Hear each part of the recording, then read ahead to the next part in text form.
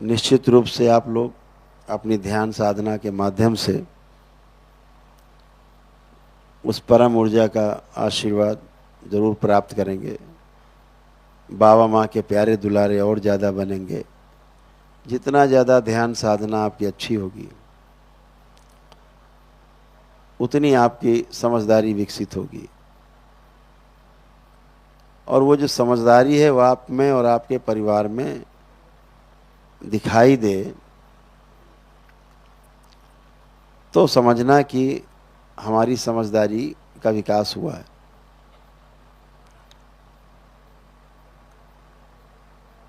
साधना में तमाम चीज़ें आती हैं, आएंगी।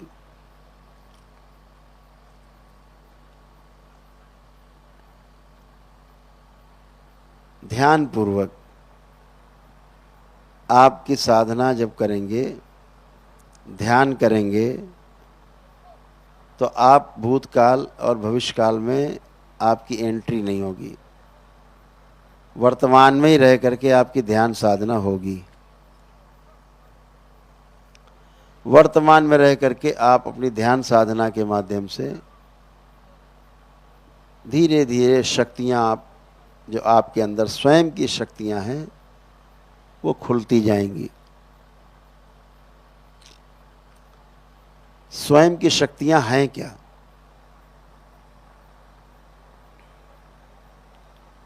स्वयं में शक्ति है क्या?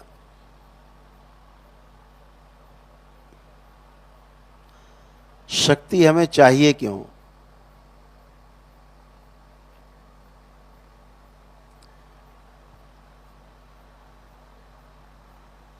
जब भी आप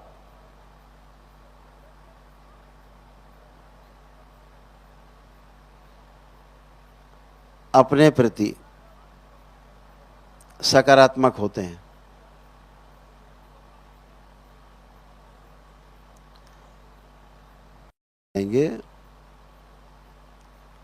समझते जाना आपकी शक्ति उतनी बढ़ रही है।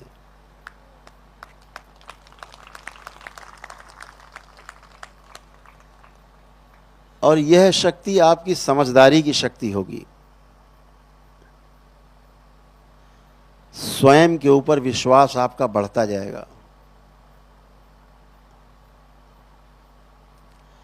स्वयं पर विश्वास का अर्थ ही यही है कि अंदर द्वंद्व समाप्त हो रहा है। जैसे जैसे द्वंद्व समाप्त होता जाए, समझो वैसे वैसे आपका स्वयं पर विश्वास बढ़ रहा है। भाव विचार में अंतर विरोध जैसे जैसे समाप्त होने लगे, समझो आपका आत्मविश्वास मजबूत होता जा रहा है। स्वयं पर जो विश्वास है, उसके बिना जीना बहुत मुश्किल काम है।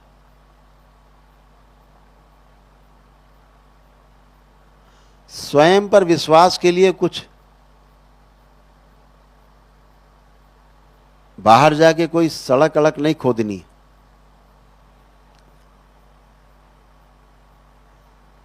स्वयं पर विश्वास के लिए हमेशा ध्यान रखना है कि हम केवल शरीर नहीं हैं। मेरा शरीर भी है और मेरे शरीर के पीछे शरीर को चलाने वाला जीवन भी है।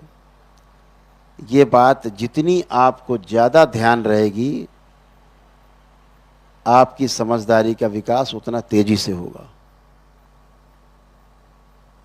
आप में होश,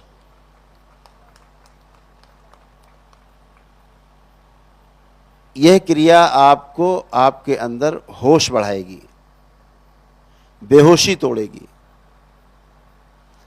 अधिकतर हम अपने को शरीर मान के, सामने वाले को शरीर मान के जीते हैं। तमाम संकट पैदा करते हैं, बनाते हैं संकट, जीते हैं संकट में। जिस दिन हमें यह समझ में आ जाता है कि जो मेरे अंदर जीवन है, मेरा शरीर है, दो हैं, ऐसे सामने वाले के भी शरीर और जीवन दो अलग अलग भाग हैं।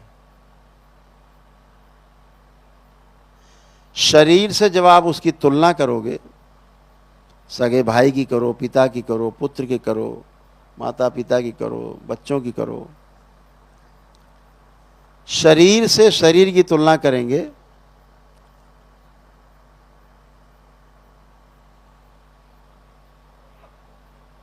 तो स्वयं पर विश्वास कम होगा। कोई बड़ा दिखेगा, पद से बड़ा दिखेगा, कोई धन से बड़ा दिखेगा, कोई लगेगा कि वो बल से बड़ा है, कोई उम्र से बड़ा है,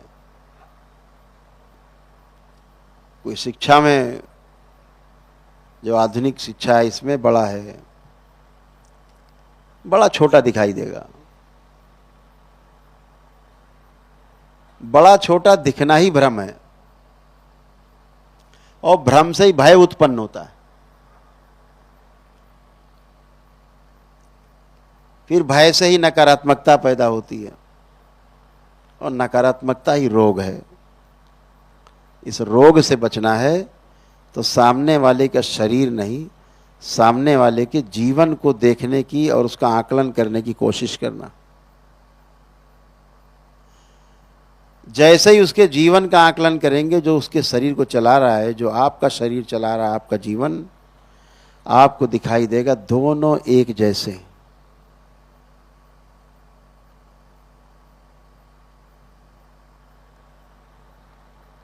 शरीर की क्षमता अलग अलग है, लेकिन जीवन की क्षमता एक समान है।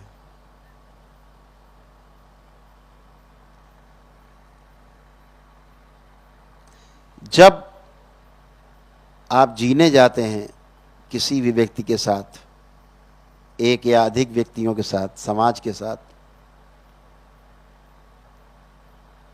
तो ध्यान की आवश्यकता पड़ती है। तो दो तरह से ध्यान है। एक वो जो आपको दरबार साधना के माध्यम से ध्यान की बात करता है, ध्यान साधना। ध्यान को साधना है, ध्यान को साधना है, अपने को साधना है, वही साधना है। अभी संतुलित नहीं है, डगमगा रहे हैं, उसी को महापुरुषों ने बोला कि साधना करनी, यानी साधना है अपने आप को संतुलित करना है। तो दो तरह से ध्यान देते हैं और ध्यान करते हैं, दो तरह से ध्यान होता है। जब दूसरों के साथ जीते हैं तो ध्यान देना बहुत आवश्यक है। जब स्वयं में जीते हैं तो ध्यान करना आवश्यक है।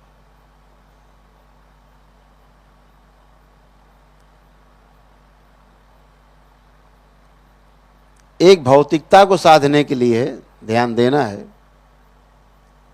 एक अभौतिक जगत में प्रवेश के लिए ध्यान करना है।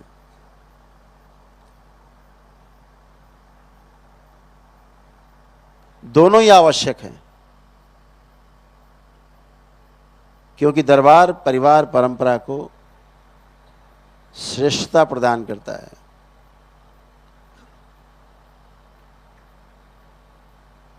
जो परिवार परंपरा को छोड़ चुके हैं,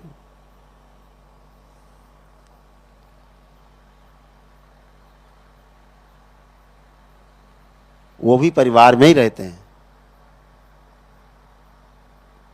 अब आश्रम उनका घर है, गुरु भाई गुरु बहनें उनके सब भाई बहन हैं, गुरु पिता की तरह है। सब कुछ वही है, नाम बदल गए हैं। लेकिन जब समझदारी का विकास नहीं होता तो जीना नहीं बदलता। जैसे हम घर में जीते रहे हैं, वैसे आश्रम में जाके भी जीते हैं। घर में भी जिंदा रहने का प्रयास था, और आश्रम मिल जाता है, गुरु परंपरा मिल जाती, तब भी जिंदा रहने का प्रयास सबसे ज्यादा रहता है। वही लड़ाई झगड़ा, वही दंगा, वही जमीन जायदाद, वही आश्रम, हम कब्जा, हम मालिक, हम गुरु, वही झगड़ा, वो छोटा वो बड़ा, वही चालू। जो कला हम सीख के आए हैं परिवार से, वो हम गुरु परंपरा में भी आके उन्हीं का खेल खेलते हैं, कहीं नहीं पहुंचते। कपड़े बदल जाते हैं, नाम बदल जाते हैं, लक्ष्य नहीं बदलता।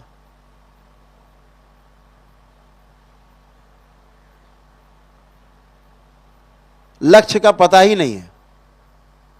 लक्ष्य है क्या? हम जिंदा क्यों हैं? शक्ति हमें चाहिए क्यों? करना क्या है? क्या यही करना है? सुबह उठे, नहाए धोए, नाश्ता पानी किए, दोपहर भोजन किए, रात में भोजन किए, सो गए, सुबह फ्रेश हुए, फिर वही कार्यक्रम चालू। बचपन गया, जवानी गई, बुढ़ापा आया, मृत्यु हो गई, इतने के लिए?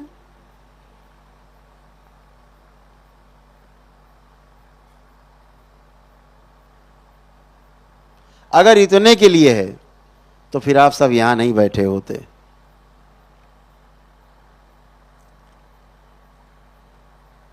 जरूर कुछ चाहिए, जरूर कुछ मिसिंग है,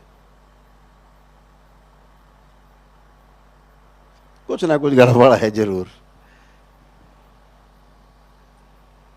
एक सीरियल है, कहते ना, दया कुछ गड़बड़ है।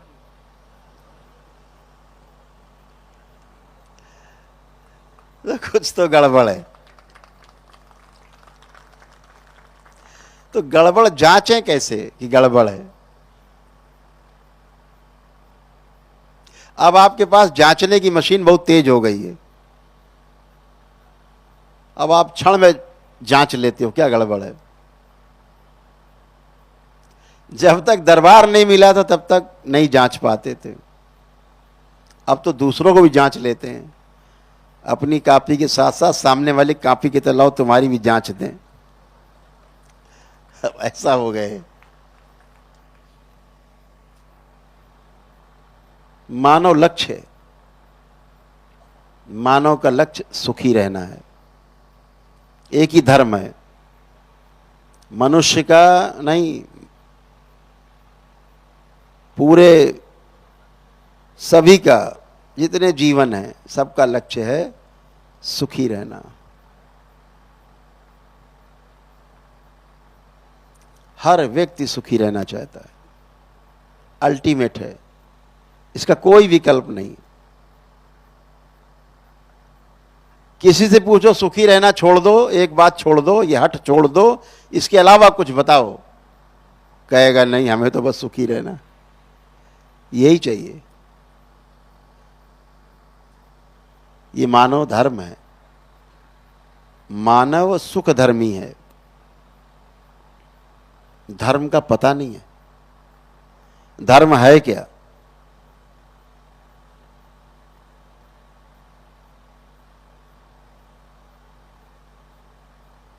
मानव का धर्म है स्वयं में समाधान। समाधान का अर्थ हुआ कोई द्वंद्व नहीं अंदर, कोई झगड़ा नहीं अंदर, कोई समस्या नहीं है, कोई प्रश्न नहीं, ये समाधान है, ये मानव धर्म है।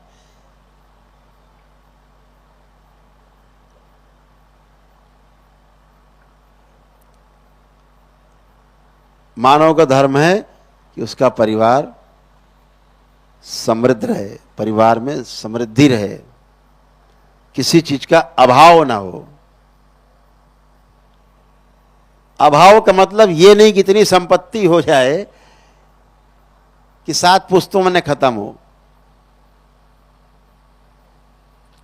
बहुत कुछ होने के बाद भी, सब कुछ होने के बाद भी बना रहता है, और लाओ, और आ जाए, और आ जाए, और आ जाए। यह दरिद्रता की निशानी है।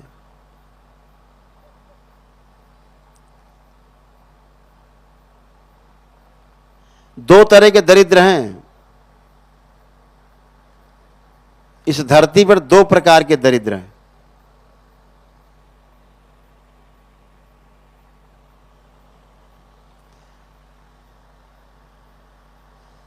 एक है सुविधा विहीन दुखी और दरिद्र, और दूसरे हैं सुविधा संपन्न दुखी दरिद्र।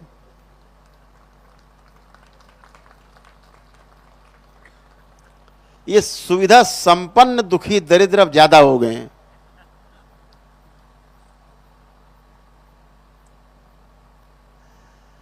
सब कुछ होने के बाद हाय हाय हाय हाय हाय हाय और चाहिए, लूट ले सबका, फिर भी पूरा नहीं होता।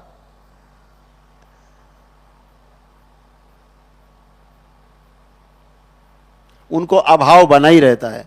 वह सुविधा संपन्न दुखी दरिद्र हैं।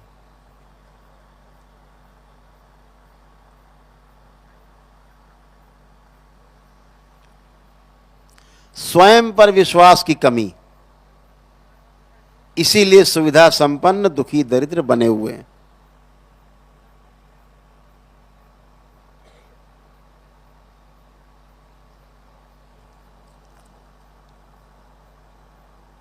तो मानव लक्ष्य है स्वयं में समाधान हो, परिवार में समृद्धि हो,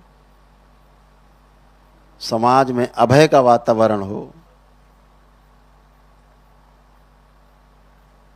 और पूरी सृष्टि में सब एक दूसरे के साथ पूरकता के अर्थ में जी पाएं, सह अस्तित्व पूर्वक जी सकें। ये मानव लक्ष्य है।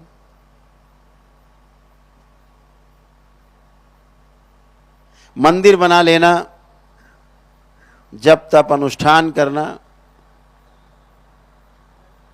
दान करना,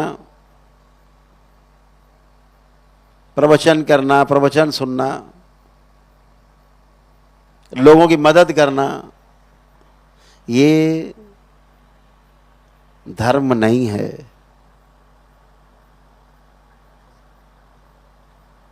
यह मानव धर्म नहीं है। धर्म तक पहुंचने का रास्ता है।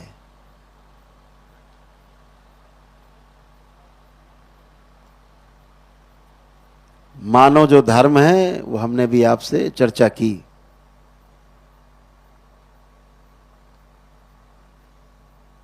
अगर आपको अपने में समृद्धि नहीं दिखाई देती, परिवार में सब कुछ होने के बावजूद भी,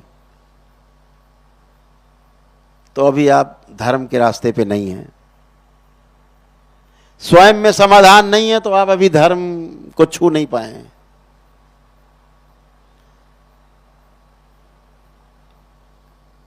वो व्यवस्था है धर्म, अभी व्यवस्थित नहीं हो पाए हैं, अभी धार्मिक नहीं हो पाए हैं।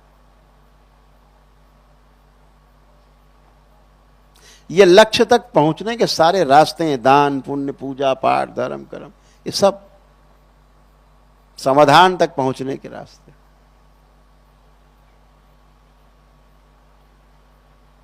बहुत भ्रम है। एक क्रिया होती है जीवन के अंदर, उसका नाम है बुद्धि।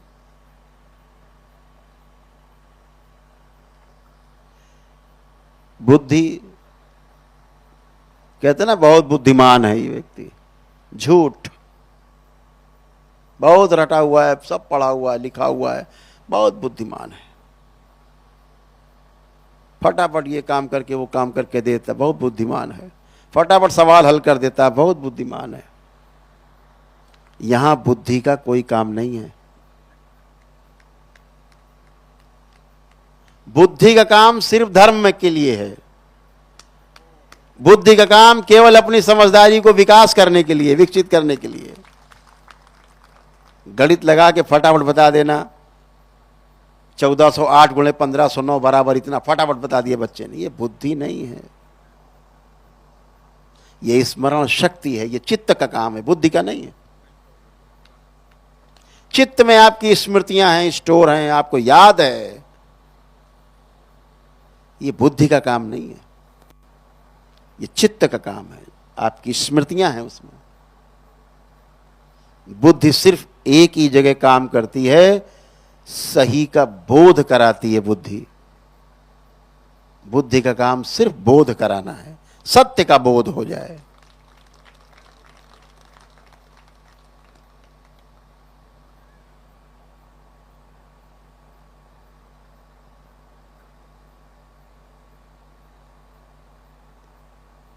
जब सत्य का बोध होता है तो आश्वस्ति आती है, तो अंदर एक संकल्प होता है, बोलते हैं उसको ऋतंभरा। बुद्धि के अंदर एक क्रिया होती है, उसको बोलते हैं ऋतंभरा। ऋतंभरा माने संकल्प। कौन सा संकल्प? सत्य से भरा हुआ संकल्प। उसे नाम दिया हमारे महर्षियों ने ऋतंभरा। बुद्धि का काम गणित लगाना नहीं, बुद्धि का काम अपने जीवन में प्रकाश फैलाना है, सही का आकलन करना है। सही का बोध हो जाए तो बुद्धत्व के लिए रास्ता खुलता है। बुद्धि का काम वहां पर है। भ्रम पाल रखा हमने, वो तो बहुत बड़ा बुद्धिमान है, वो तो बहुत पास हो गया, स्मृति से पास हुआ है। बड़े बड़े बुद्धिमान फेल हो जाते हैं, स्मृति नहीं याद है।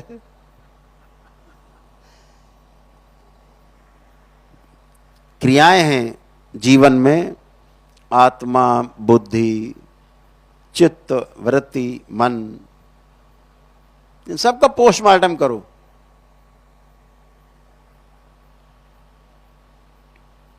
एक एक काट काट के देखो क्या है इनमें। हमारे जीवन के किस भाग में कौन सी क्रिया निरंतर हो रही है।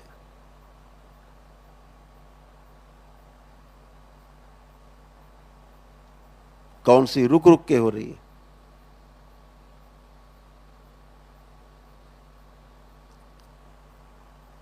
तो हमारे जीवन में जो कुछ है, सामने वाले के जीवन में भी वही रहता है।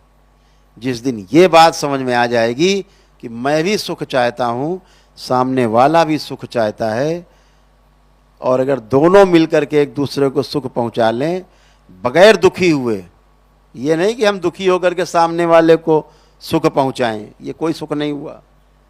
ये मानव धर्म नहीं है। मानव धर्म है उभय पक्षीय सुख। उभय पक्षीय सुख। दो व्यक्ति व्यवहार करके आपस में सुखी होते हैं, बिना स्वयं को दुखी करे। ये सुख है, यह व्यवहार है। और उभय सुख ही सबको स्वीकार है।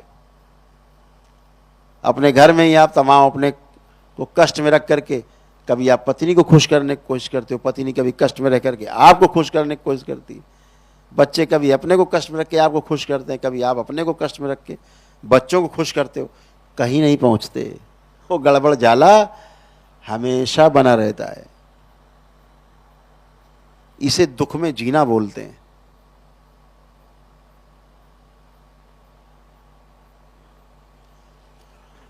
होना कुछ चाहते हैं, कर कुछ रहे हैं, दुख मिलेगा। दुख की परिभाषा क्या है? हम हैं कुछ, कर कुछ रहे, दुख मिलेगा। हम जैसा हैं वैसा होना चाहते हैं, वैसा जीना चाहते हैं, नहीं जी पा रहे हैं, यही दुख है। हम जैसे हैं वैसा हो गए हैं, जी पा रहे हैं वैसा, ये सुख है। तो जिन स्थितियों और परिस्थितियों में हमें जीने के लिए बाध्य होना पड़ता है न चाहते हुए भी, यही दुख है, यही दुख की परिभाषा है। और जिन स्थितियों परिस्थितियों में मैं जीता हूं, यदि उनमें सामंजस्य है, संगीत है, हार्मनी है, एक रास्ता है, वही सुख है। तो सुख और दुख की परिभाषा को समझ लेना है। अभी आप यहां बैठे हो, अभी आपका ध्यान न सर्दी है कि गर्मी है कि दिन है कि रात है, कहीं है ही नहीं। आपका ध्यान सिर्फ मेरी बातों पर है, क्योंकि आपके जीवन की बात हो रही है, आपके जीने के काम आएगी बात हो रही है। ये ज्यादा महत्वपूर्ण लग रहा है, इसलिए आपको ठंडक, गर्मी, रात, दिन, नींद और भूख कुछ नहीं लग रही, उधर ध्यान ही नहीं है। तो जो महत्वपूर्ण है उसको चुन लेना है, हंस की तरह। जो महत्वपूर्ण नहीं है दूसरों के लिए छोड़ देना है।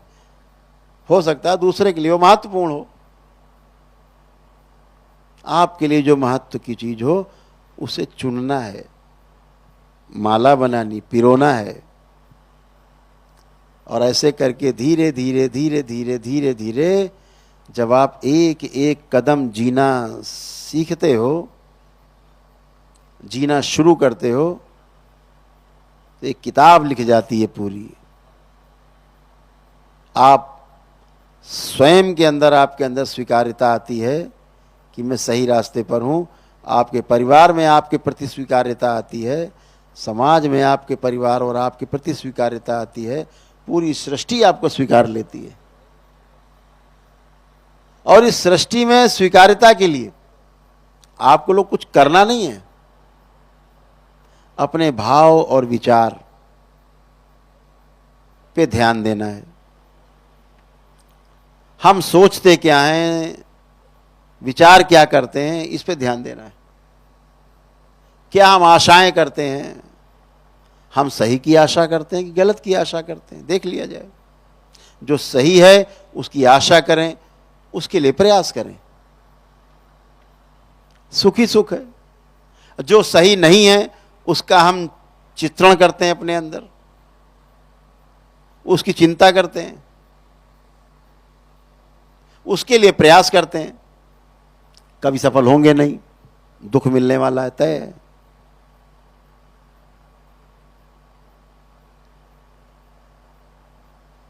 तो समझदारी सबसे बड़ी घटना है मनुष्य के जीवन में। जिस दिन मनुष्य के जीवन में समझदारी घटती है, समझदारी पूरी हो जाती है, वह मानव पद को प्राप्त हो जाता है।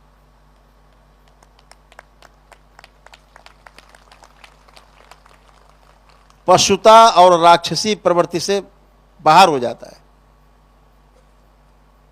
मानव पद प्राप्त होता है।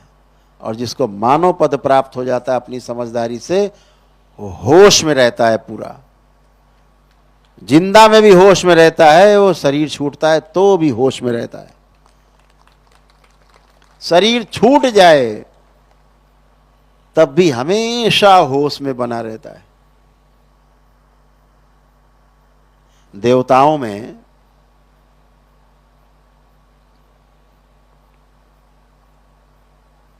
और दैत्यों में फर्क क्या है? एक होश में, एक बेहोशी में। देवता होश पूर्वक हैं, दैत्य बेहोशी में चल रहे हैं। किसी का नुकसान करेंगे, अपने को मार देंगे।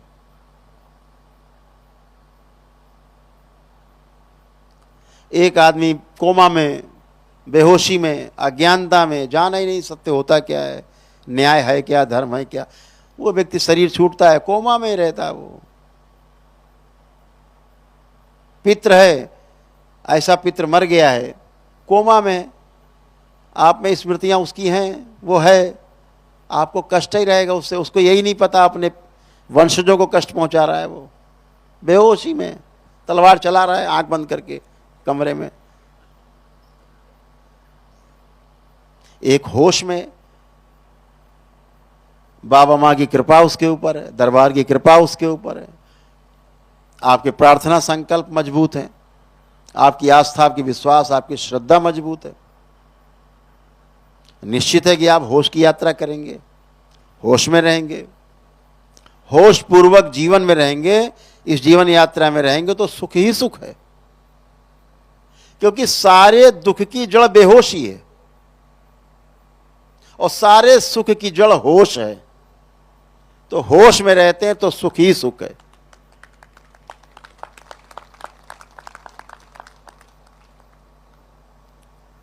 जब शरीर छूटता है तो भी होश पूर्वक ही छूटता है। शरीर छूटने के बाद भी जीवन जो घूमता है चारों ओर, होश में रहता है, वही देवता कहलाता है। जो होश में रहता है वही कुछ दे सकता है, बाकी सब छीनने के लिए, हड़पने के लिए बेहोशी में घूम रहे। तो होश की यात्रा करनी है। बेहोशी से शुरू की थी आपने इस धरती में, अब होश पूर्वक यात्रा शुरू करनी है। जितना ज़्यादा होश आता जाएगा, जितना ज़्यादा समझदारी बढ़ती जाएगी, उतना ज़्यादा आपके पास जो सुविधाएं हैं और जो संबंध हैं उनका महत्व आप जान पाएंगे ठीक से। और अपनी जितनी सुविधाएं आपके पास हैं, जितनी फैसिलिटीज हैं, उनका संबंधों में आप इस्तेमाल कर पाएंगे। और सुविधाओं का एक बात ध्यान रखिए, जितनी सुविधाएं आपके पास हैं, कुछ भी है, गाड़ी, कार, बंगला, मोटर, रुपया, पैसा, इनका इस्तेमाल केवल संबंध में ही होता है और कहीं होता नहीं है। इन सब का इस्तेमाल संबंध में ही हो सकता है और कहीं नहीं होता। सबसे ज्यादा अगर आपके पास एक कार है और आप उसमें कितना चल लेते होगे? 2 घंटा प्रतिदिन, 4 घंटा। हम कहते हैं 10 घंटा चल लेते होंगे। तो 14 घंटे तो आपकी गाड़ी फ्री है, नहीं है? 14 घंटे के लिए आपकी गाड़ी फ्री है। अब कोई मांगने आता है, भैया जरा मैं आधे घंटे काम गाड़ी दे दो। नहीं भैया, हमारी गाड़ी का नट ढीला है, जरा वो पता नहीं स्टीयरिंग गड़बड़ है, कुछ ही बता देंगे, बहाना। जबकि 14 घंटे खाली है। अभी आप अपने संबंध में 14 घंटे इस गाड़ी का इस्तेमाल कर सकते हैं। तो सुविधाओं का इस्तेमाल, सुविधाओं का जो आदान प्रदान है वो संबंधों में ही होता है, कर सकते हैं। ध्यान से देखें। तो जिस दिन संबंध में, सुविधाओं में और हमारी जो समझदारी है, जो हमारा विकास है ज्ञान का, ज्ञान जो हमने अर्जित किया है, जो अनुभव हमारे पास हैं, इनका जिस दिन आपस में संतुलन होता है आपके अंदर, उस दिन आप मानव पद को पूरे पूरे प्राप्त हो जाते हैं, पूरे होश में हो जाते हैं। ये आपकी यात्रा है, जीव चेतना से मानव चेतना की तरफ आपकी यात्रा का पथ है। जीव चेतना का मतलब जानवरों की तरह जीना, आहार, निद्रा, भय, प्रजनन, इतने में मस्त रहना, इससे बाहर नहीं निकलना, अपने आप को शरीर मान के जीना, यही जीव चेतना है। हम शरीर और जीवन दो हैं, ऐसा मान के जीना जीव चेतना का अतिक्रमण है। मानव चेतना की तरफ आपकी यात्रा शुरू हो जाती। तो जीव चेतना से मानव चेतना में रूपांतरण होने के लिए केवल समझदारी ही पर्याप्त है। और ये समझदारी कहाँ से प्राप्त होगी? स्वयं से ही प्राप्त होगी। स्वयं से यात्रा शुरू करेंगे, अपने से शुरू करेंगे। अपने से यात्रा शुरू होती, इस बात का हमेशा ध्यान रखो। और ये यात्रा अपने पर ही समाप्त होती है, ना तो दूसरे से शुरू होती है, ना दूसरे पे समाप्त होती है। यही भ्रम है। यही होश आपको बना रहा तो आपकी पूरी यात्रा होश पूर्वक है, पूरी यात्रा आपकी आनंद में है, पूरी यात्रा आपकी उत्सव में बीतने वाली है। जितना अंदर उत्सव आप मनाएंगे, जैसे आप जीने की ओर सही ढंग से बढ़ेंगे, आपके अंदर एक उत्सव रोज बना रहेगा, निरंतर उत्सव। और वो उत्सव धीरे धीरे कब सुख, शांति, संतोष और आनंद की यात्रा करते हुए कब परमानंद की तरफ आप पहुंच जाएंगे, कब परमानंद में आप उपलब्ध हो जाएंगे, कब परमानंद को उपलब्ध हो जाएंगे, आपको पता भी नहीं लगेगा।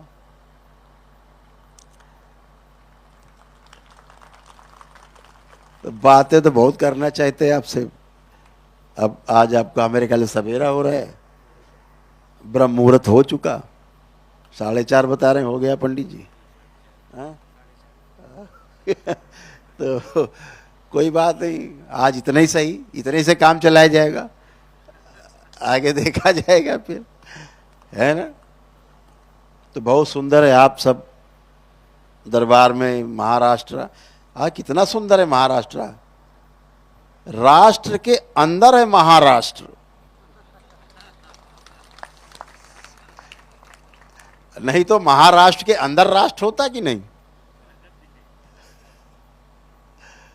महादेव के अंदर सारे देव है ना, अब देव के अंदर तो महादेव है नहीं। इधर तो मामला बहुत है गंभीर है।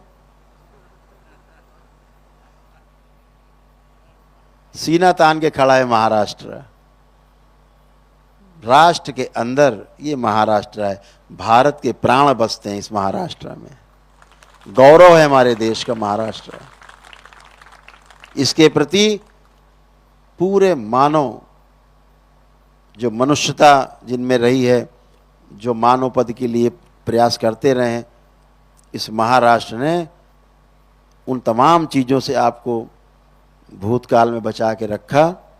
इसीलिए आप यहाँ शांति से बैठे आनंद में, नहीं तो यहाँ कोई और कब्जा करके बैठा होता और बकरे भैंसे कट रहे होते, कुछ नहीं होता। और खुद बकरे भैंसे की तरह बने घूम रहे होते, जानवर की तरह, कुछ नहीं मिलने वाला था। कोई ध्यान साधना अनुष्ठान पूजा जब तक नहीं होता, हरिहर भी नहीं होता। तो धन्यवाद है उन छत्रपति वीर शिवाजी महाराज को, जिन्होंने हिंद स्वराज की स्थापना की और इस देश को तमाम उन कलंकों से बचाया, इस देश को तमाम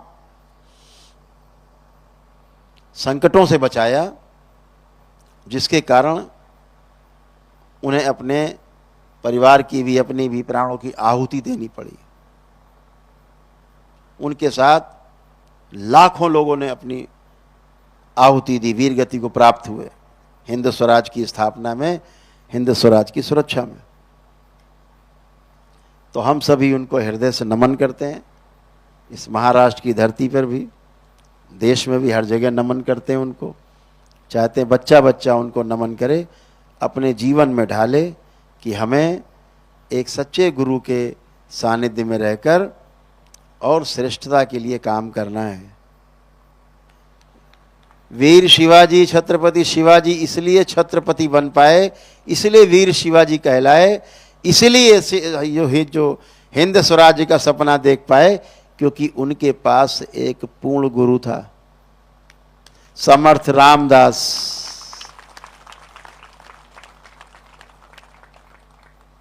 गुरु नहीं होते तो कहां जाते पता नहीं था।